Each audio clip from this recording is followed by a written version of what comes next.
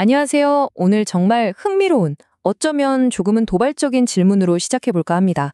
바로 인공지능, AI가 우리 사법 시스템과 만났을 때 과연 어떤 일이 벌어질까 하는 이야기입니다. 이거 완전 SF 영화 단골 장면 아닌가요? 감정 없는 로봇 판사가 냉정하게 판결을 내리는 모습 말이에요. 그런데 이게 더 이상 그냥 상상 속 이야기만은 아닐 수도 있습니다. 정말로 알고리즘이 사람을 대신해서 재판을 할 수 있을까요? 자, 그래서 이 질문에 대한 답을 한번 찾아보려고요. 최근에 열렸던 세종국제 컨퍼런스라는 아주 중요한 회의를 깊숙이 들여다봤습니다. 전 세계의 최고 법관들과 AI 업계 리더들이 한자리에 모여서 사법의 미래를 두고 뜨겁게 토론했는데요. 여기서 아주 의미 있는 공감대가 만들어졌습니다. 자, 그럼 본격적으로 한번 들어가 보죠. 과연 AI 판사에 대한 전문가들의 최종 판결은 뭐였을까요? 근데 여기서 정말 놀라운 일이 벌어져요. 법을 다루는 사람들이나 기술을 만드는 사람들이나 의견이 하나로 딱 모였다는 겁니다. 먼저 싱가포르 대법원장의 말부터 한번 들어보시죠. 그는 AI를 정의를 위한 도구라고 아주 명확하게 선을 그었습니다. 그러니까 AI는 어디까지나 도움을 주는 도구라는 거예요. 최종적인 판단과 그에 따르는 책임, 이건 절대 기계한테 넘길 수 없는 오직 인간의 몫이라는 강력한 메시지죠. 그럼 기술업계의 생각은 어떨까요? 놀랍게도 챗 GPT를 만든 바로 그 오픈 AI의 입장도 똑같았습니다. 이 슬라이드에서 정말 중요한 포인트는 판결을 그냥 정답 맞추기 퀴즈가 아니라 책임의 행위라고 정의했다는 점이에요.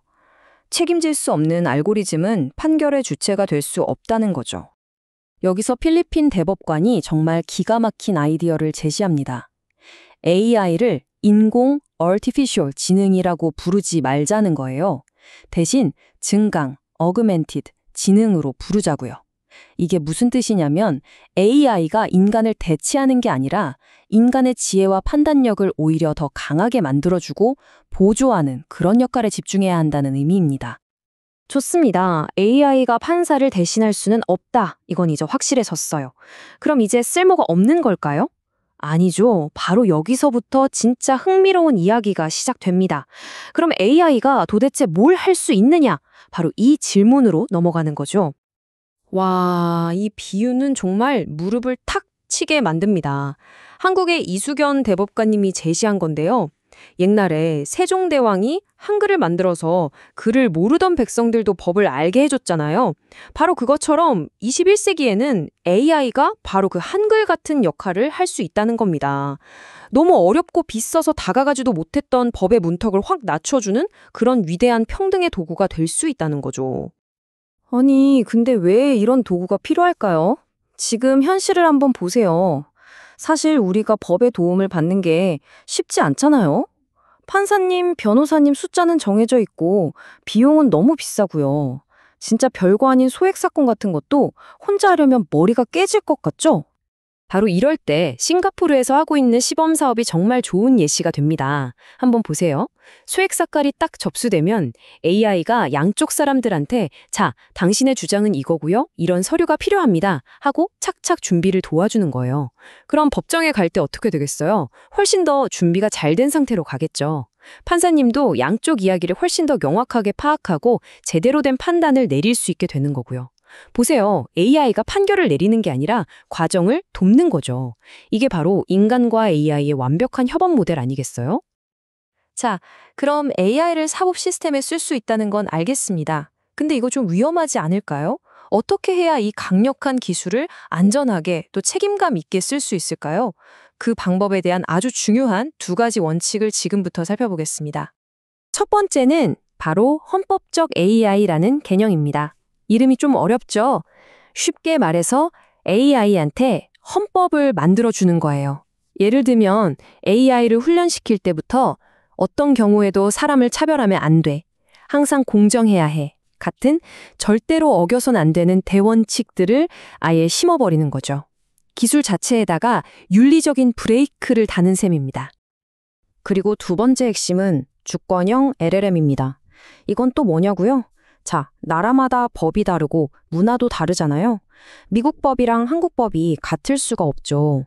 그러니까 미국에서 잘 돌아가는 법률 AI를 한국에 그냥 가져다 쓴다고 제대로 작동할 리가 없다는 겁니다. 각 나라의 법, 판례, 그 나라만의 특수한 상황을 다 학습시킨 맞춤형 AI를 만들어야 한다는 거죠. 그 나라의 법률 주권을 지키는 AI인 셈이에요. 네, 바로 이겁니다. 이 슬라이드가 하고 싶은 말이 딱 이거예요. 싱가포르에서 성공했다고 해서 그 모델을 한국에 그대로 복사, 붙여넣기 할 수는 없다는 거. 기술을 도입할 때 그 나라의 상황에 맞게 바꾸는 현지화가 얼마나 중요한지 정말 잘 보여주는 대목이죠. 자, 이제 거의 다 왔습니다.